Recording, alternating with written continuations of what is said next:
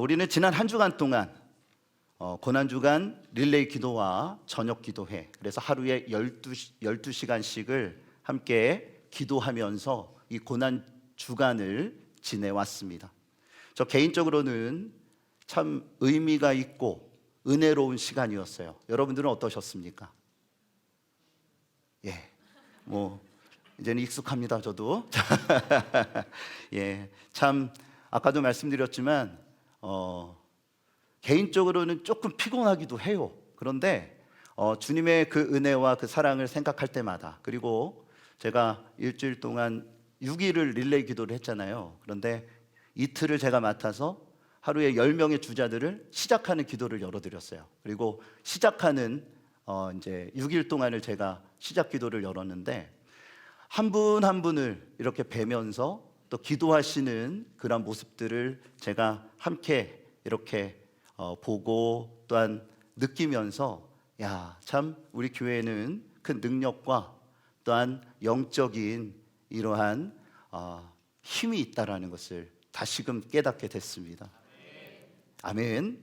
예, 이런 건 아멘 하셔도 되는데 참 하나님께서 주시는 은혜가 우리 가운데 분명히 큰 이러한 역사, 이러한 은혜가 채워짐을 믿습니다. 우리가 고난주간을 가급적 삶을 절제하면서 경건하게 지내는 이유가 무엇입니까? 그것은 주님의 고난을 우리가 함께 동참하고 주님의 그 부활의 주님을 만나기 위해서 우리가 집중하고 한 번 더 말씀을 보고 한 번 더 좀 더 긴 시간을 기도하기 위해 노력함 아니겠습니까? 오늘 본문은요, 우리가 부활의 주님을 정말 바라보고 믿음으로 이제 한 주간을 달려왔는데, 부활의 능력이 무엇인지를 본문의 말씀을 통해 우리 가운데 보여줍니다. 부활의 능력은 무엇이고 그 능력을 통해 이루어진 변화, 정말 하나님께서 주시는 놀라운 역사가 이 십자가의 사건과 또 부활을 통하여 일어나게 됐습니다. 그 변화가 무엇인지 이 시간 함께 나누겠습니다. 첫 번째는 뭐냐면 이것입니다. 새로운 창조 질서의 체계가 세워졌다라는 거예요. 우리 함께 따라합니다. 새로운 창조 질서의 세계가 세워졌습니다. 예, 새로운 창조 질서의 세계, 이것이 바로 부활의 능력이라는 겁니다. 금요일, 고난주간 금요일은요, 안식일이 시작되기 직전의 날이죠.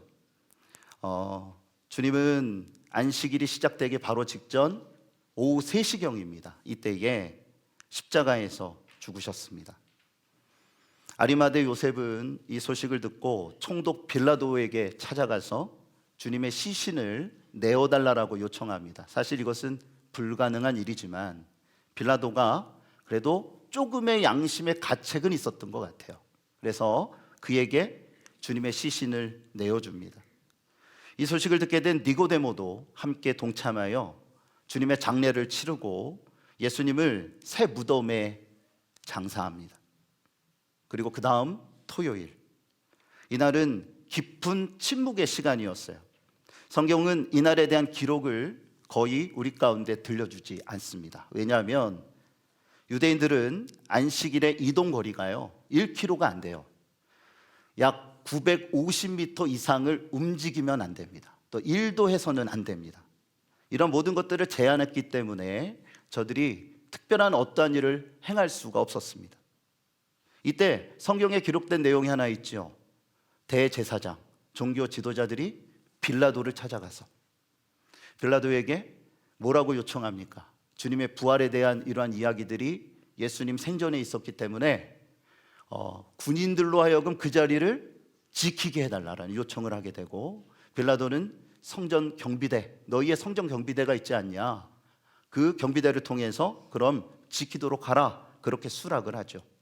이때에 속히 안식일이 지나가기를 기다리는 여인들이 있었습니다. 오늘 본문 말씀이 그렇게 시작이 되는데요. 자, 1절 말씀을 다 같이 함께 읽겠습니다. 안식일이 다 지나고 안식 후 첫날이 되려는 새벽에 무덤을 보려고 갔더니, 아멘. 자, 이때가 언제입니까? 바로 주일 새벽입니다. 오늘 우리가 부활절 새벽 예배를 드렸는데 주일 그 새벽을 말합니다. 안식 후 첫날, 이날에 이제 해가 밝아오기 시작하는 거죠. 안식일을 이제 마무리 짓는 나팔 소리가 들리기를 기다렸던 이 여인들은 이 나팔 소리를 듣자마자 주님의 무덤을 향해서 자신들이 준비한 향료를 들고 달려갑니다. 그런데 그들이 도착할 무렵에 갑자기 큰 지진이 일어나고요, 천사가 하늘에서 내려와서 무덤 입구를 열어서 무덤 입구를 막고 있는 돌을 굴려서 그 위에 앉는 것입니다. 이 광경을 지켜보았던 성정 경비대는요, 엄청 놀랍니다. 뭐 당연하겠죠. 저도 그렇고 여러분도 그랬을 것 같죠, 그렇죠? 예, 엄청 놀랐을 겁니다. 성경 뭐라고 표현하냐면 죽은 사람과 같이 되었다. 그 자리에서 얼어붙어서 혼비백산하여 도망간 것입니다. 이때에 천사가 이 여인들을 맞이하면서 이렇게 말을 해요. 5절, 6절 말씀 다 같이 함께 읽겠습니다. 천사가 말하여 이르되 예수를 너희가 찾는 줄을 내가 아노라. 그가 여기 계시지 않고 그가 말씀하시던 대로 살아나셨느니라. 와서 그가 누우셨던 곳을 보라. 아멘. 천사는 아주 기쁜 소식을 알려줍니다.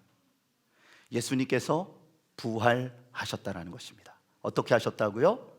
부활하셨어요. 예수님이 부활하셨다. 여러분, 이 부활은 새로운 창조를 의미하는 것입니다. 예수님이 3일간, 물론 돌아가시기 직전 3시간 동안 흑암이 임했고, 예수님께서는 또 사흘간 무덤에 계셨습니다.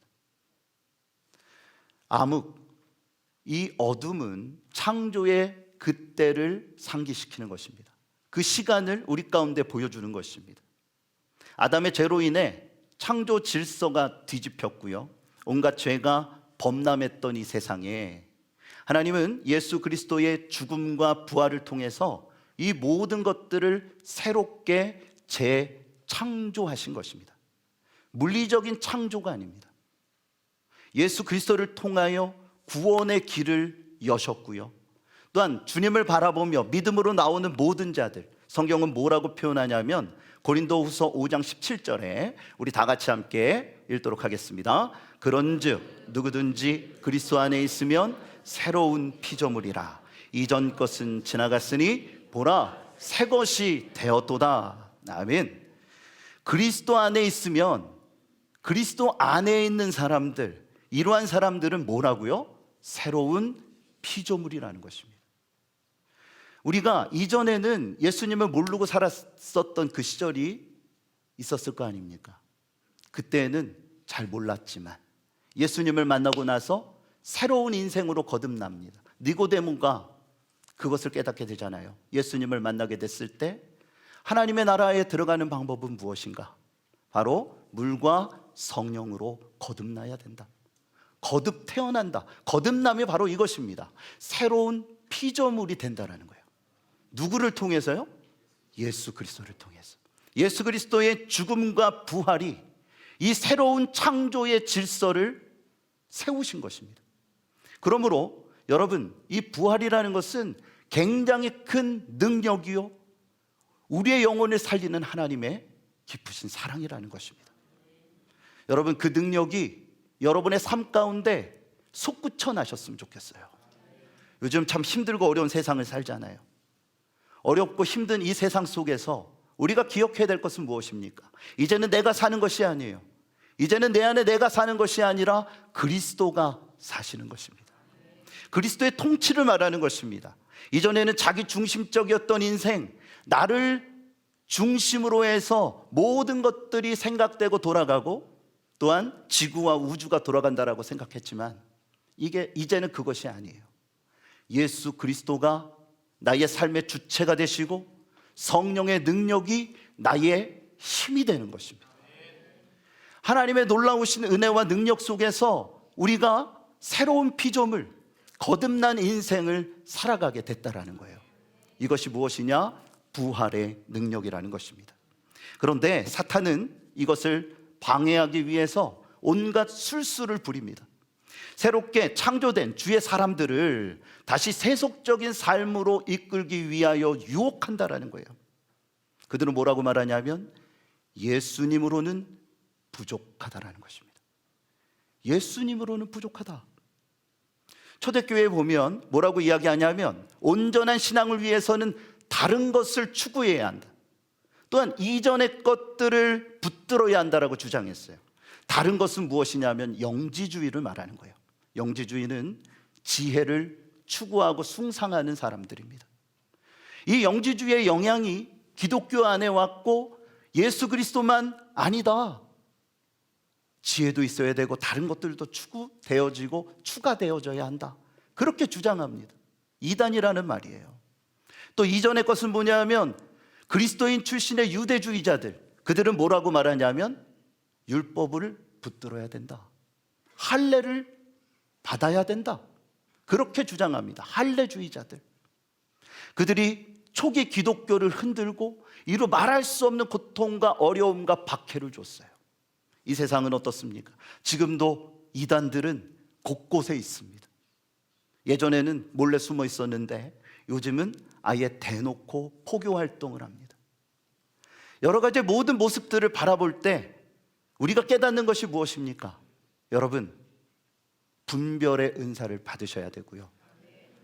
주님 안에서 깨어 있으셔야 돼요. 분명한 것은 뭐냐 하면 함께 따라합니다. 예수님만으로 충분합니다. 여러분에게 묻겠습니다. 정말 예수님만으로 충분합니까? 아니신 것 같은데요. 예수님만으로 충분한 거 맞으세요? 돈이 좀 있으셔야 될 것 같은데. 앞으로 나아가야 되는 여러 가지 많은 길들 가운데 뭔가가 있어야 될 것 같은데, 아니면 어느 곳에 가서 성경 공부를 받아야 될 것 같은데, 아니면 어떠한 뭔 것들을 따라가야 될 것 같은데. 여러분, 세상은 그렇게 말하고 지금도 악한 세력들은 그렇게 미혹합니다. 그렇지만 여러분, 부활의 능력은 무엇입니까? 예수님으로 충분하다라는 거예요. 그 어떤 것도 필요 없어요. 오직 예수님만을 바라보고 예수님만을 붙들고, 표현이 좀 약간 경망스럽지만 예수님 안에서 살아가시기를 축복합니다. 그러한 인생과 그러한 신앙을 가져야 돼요. 이러한 신앙이 뭐냐? 새로운 창조의 질서의 체계 속에 살아가는 하나님의 사람들의 모습이라는 것입니다. 로마서 12장 2절에 이렇게 말씀하고 있습니다. 우리 함께 읽겠습니다. 너희는 오직 마음을 새롭게 함으로 변화를 받아 하나님의 선하시고 기뻐하시고 온전하신 뜻이 무엇인지 분별하도록 하라. 아멘. 여러분, 우리는 항상 이 예배를 통해서 마음의 새로움이 일어나야 돼요. 하나님 앞에 엎드릴 때마다, 하루를 시작할 때마다, 여러분 기도로 시작하실 거 아닙니까? 그때에 내 마음을 새롭게 해주십시오. 나의 생각이 새로워지게 해주십시오. 자, 함께 따라합니다. 날마다 더 새롭게. 한 번 더 따라합니다. 어제보다 더 뜨겁게. 성령의 불이 붙어야 돼요. 그때 우리는 깨어 있을 수 있게 되고 생명력 넘치는 삶을 살아갈 수 있게 되는 것입니다. 그러한 사람이 성령께서 주시는 영적 분별력이 있어요. 그래서 사탄의 이러한 모든 유혹을 분별하고 하나님의 뜻 안에서 살아갈 수 있게 된다라는 것입니다. 여러분 기억하세요. 우리는 예수 그리스도의 부활로 새롭게 창조된 하나님의 거룩한 사람들이다라는 것입니다. 두 번째, 우리에게 주시는 메시지는 성령 안에서의 위대한 시작이 이루어졌다라는 것입니다. 우리 함께 따라합니다. 성령 안에서의 위대한 시작. 이게 뭐냐면 부활의 능력입니다. 오늘 본문 7절에 이렇게 말씀합니다. 우리 함께 읽겠습니다. 또 빨리 가서 이르되 그가 죽은 자 가운데서 살아나셨고 너희보다 먼저 갈릴리로 가시나니 거기서 너희가 배우리라 하라. 보라, 내가 너희에게 일렀느니라 하거늘. 아멘. 천사는 여인들에게 부활의 기쁜 소식을 전해준 후에 어서 제자들에게 가라. 가서 갈릴리에서 주님이 만나자라고 하신 그 말씀을 기억해라. 이 말을 전하라고 했습니다. 그래서 여인들은 기쁜 마음에 오늘 본문에 보니까 다름박질했어요. 달려갑니다. 아마 힘도 들지 않았을 것 같아요. 이건 제 생각인데 너무 기뻐서 막 뛰어가는데 이게 웬일입니까? 앞에 누군가가 계시는 거예요. 앞에 누가 계셨을까요? 예수님이 그들 앞에 계셨어요. 예수님이 이렇게 말씀하십니다. 샬롬, 평안하냐? 그러자 그들이 예수님의 음성을 인식하고 그분 발 앞에 엎드려 경배합니다. 주님의 발을 붙듭니다. 그리고 경배합니다. 그러자 주님이 그들의 마음을 위로하시죠. 그러면서 천사가 했던 말을 다시 한번 동일하게 말씀하십니다. 오늘 본문 10절입니다. 우리 다 같이 함께 읽겠습니다. 이에 예수께서 이르시되 무서워하지 말라. 가서 내 형제들에게 갈릴리로 가라 하라. 거기서 나를 보리라 하시니라. 아멘. 여러분, 갈릴리가 무엇이길래 천사도 말을 하고 또 예수님께서도 다시 한번 여인들에게 그 말씀을 상기시키셨을까요? 갈릴리가 어떠한 곳입니까? 갈릴리는요, 예수님과 제자들이 처음 만난 곳입니다. 대부분의 제자들이. 또 공생의 기간 동안에 예수님께서는 사역의 중심지로 그곳에서 말씀을 가르치시고 병자들을 고치시고 또 천국 복음을 전하시고 귀신을 내어 쫓고 하나님의 놀라우신 능력과 역사를 이루는 사역의 중심지였다라는 것입니다. 제자들은 그곳에서 주님을 경험하고 주님의 놀라우신 이적을 보았고요, 능력 또한 받았어요. 사실 예수님께서는 십자가의 길을 가시기 전에 제자들에게 이렇게 당부하셨습니다. 자, 마태복음 26장 32절입니다. 우리 함께 읽겠습니다. 그러나 내가 살아난 후에 너희보다 먼저 갈릴리로 가리라. 아멘. 부활에 대한 말씀을 하시면서 제자들에게 미리 말씀하시기를 갈릴리에서 만나자, 그렇게 말씀을 하셨던 거예요. 그런데요, 이 갈릴리가 이제부터 새로운 기점이 됩니다. 제자들은 그 갈릴리에서 다시 부활의 주님을 만나게 되는데 그들의 인생이 새롭게 변화되어지는 위대한 시작점이 된 것입니다. 이제부터 그들은요, 부활을 믿음의 기반으로 삼습니다. 왜냐하면 부활의 주님을 만났기 때문에 그래요. 그냥 말로만 들었던 이것이 아니라 그들이 직접 봅니다. 주님의 못자국을 만집니다. 주님과 함께 음식을 먹습니다. 베드로 같은 경우에는 주님과 함께 그 갈릴리 바다에서 배를 타면서 주님이 물으시잖아요. 요한의 아들 시몬아, 내가 다른 사람들보다 나를 더 사랑하느냐? 3번을 물으십니다. 그들의 신앙 낙담했고 참 우울했고 너무나도 스스로에 대하여 죄책감을 가졌던 그들을 다시 추스리고 다시 일어날 수 있도록 만들어주시는 거예요. 어디에서요? 갈릴리에서. 그래서요, 그들은요, 부활의 믿음으로 성령의 충만함을 받아 이제는 주님께서 승천하셨지만 주님과 함께 천국 복음, 주님께서 주신 그 위대한 사명을 감당하기 위하여 인생을 던지는 것입니다. 위대한 삶을 시작했다라는 거예요. 그 시작이 무엇입니까? 성령의 충만으로부터 시작이 되는 거예요. 사도행전 2장 1절에서 4절의 말씀에 이렇게 말씀하고 있습니다. 우리 함께 읽겠습니다. 오순절 날이 이미 이르매 다 같이 한 곳에 모였더니 호련히 하늘로부터 급하고 강한 바람 같은 소리가 있어 그들이 앉은 온 집에 가득하며 마치 불의 혀처럼 갈라지는 것들이 그들에게 보여 각 사람 위에 하나씩 임하여 있더니 그들이 다 성령의 충만함을 받고 성령이 말하시게 하심을 따라 다른 언어들로 말하기를 시작하니라. 아멘. 여러분, 저들은 이제 갈릴리에서 주님과 40일을 함께하며 예루살렘으로 돌아와 주님의 승천을 보고요, 약 열흘 정도의 시간을 마가의 다락방에 함께 모여서 기도하기에 전념합니다. 마태복음이 끝나면 또 어떤 말씀을 나눌까 궁금해하시는 분들을 위해서 미리 말씀드리지만, 마태복음 강의가 다음 주에 끝나면 이제 한 약 3달 동안은 우리 그리스도인의 정체성에 대한 주제 설교를 함께 나누고, 그리고 나서 사도행전을 들어가려고 합니다. 또 한 2년 이상 걸릴 것 같아요. 그런데 여러분, 신앙의 삶을 살면서 복음서와 사도행전, 곧 사도들의 그 이야기를 제대로 알지 못하면 신앙의 삶을 살아감에 있어서 여러 가지의 난간에 봉착하게 됩니다. 복음서는 예수님이 누구인지를 가르쳐 줬다면, 여러분, 사도행전은 교회가 무엇이고 그리스도인들이 어떻게 살아야 할지에 대한 실제적인 지침과 표본을 우리 가운데 가르쳐 주기 때문입니다.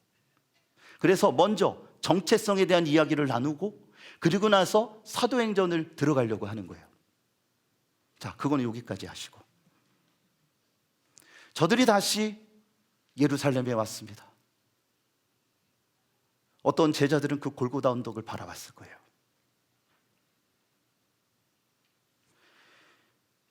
이제 저들은 새롭게 변화가 됩니다. 성령의 능력을 받아서 새롭게 창조된 자로서 위대한 시작을 주님과 함께 나아가게 되는 것이에요. 여러분, 여러분의 갈릴리는 어디이십니까? 여러분, 처음 주님을 만났던 그때가 있으시잖아요. 그것이 추억이 되지 않았으면 좋겠습니다. 이 자리가 갈릴리가 되어주시기를 축복합니다. 이 자리가 마가의 다락방이 되어주시기를 축복합니다. 우리가 깨어서 성령의 능력을 받아야 됩니다. 사실 장소는 그렇게 중요한 게 아니에요. 내가 주님과 함께 가는가, 부활의 주님과 함께 위대한 그 삶을 살아가고 있는가. 여러분, 우리 너무 바쁘잖아요. 너무나도 힘든 일상들을 살아가잖아요. 그러다 보면 사명을 잃을 때가 있어요. 너무 바쁘게 살다 보니 주님마저 잊어버리고 살 때가 있지 않습니까? 그때마다 갈릴리를 생각하셨으면 좋겠어요. 처음 내가 예수를 만났고, 내가 성령의 충만함을 받았고, 그리고 주님과 함께 위대한 삶을 시작했던 그 시작점. 여러분, 하나님과 함께 후회하는 신앙의 삶이 아니라 후회하지 않는 신앙의 삶을 살아가시기를 축복합니다. 호소대학교를 설립한 강석규 박사님이 계신데, 그가 95세 때의 생일을 맞이해서 결단한 게 있습니다. 내가 외국어를 배우기 위해 학원에 등록해야 되겠다. 몇 세예요?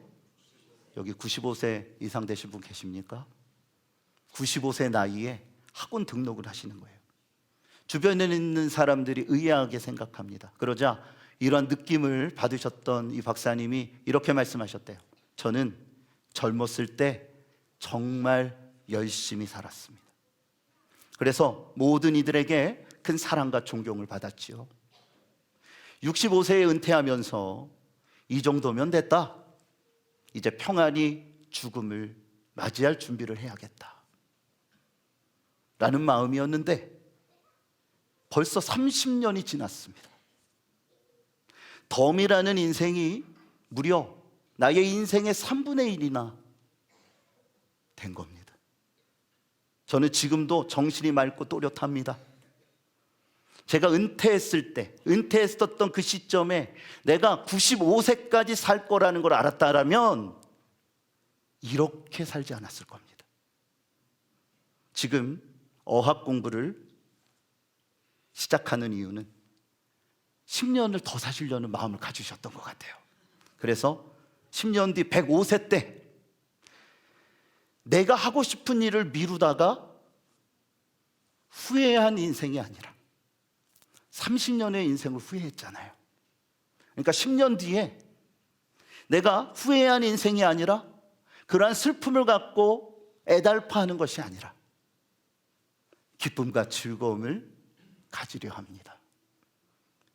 이런 말씀을 남기셨어요.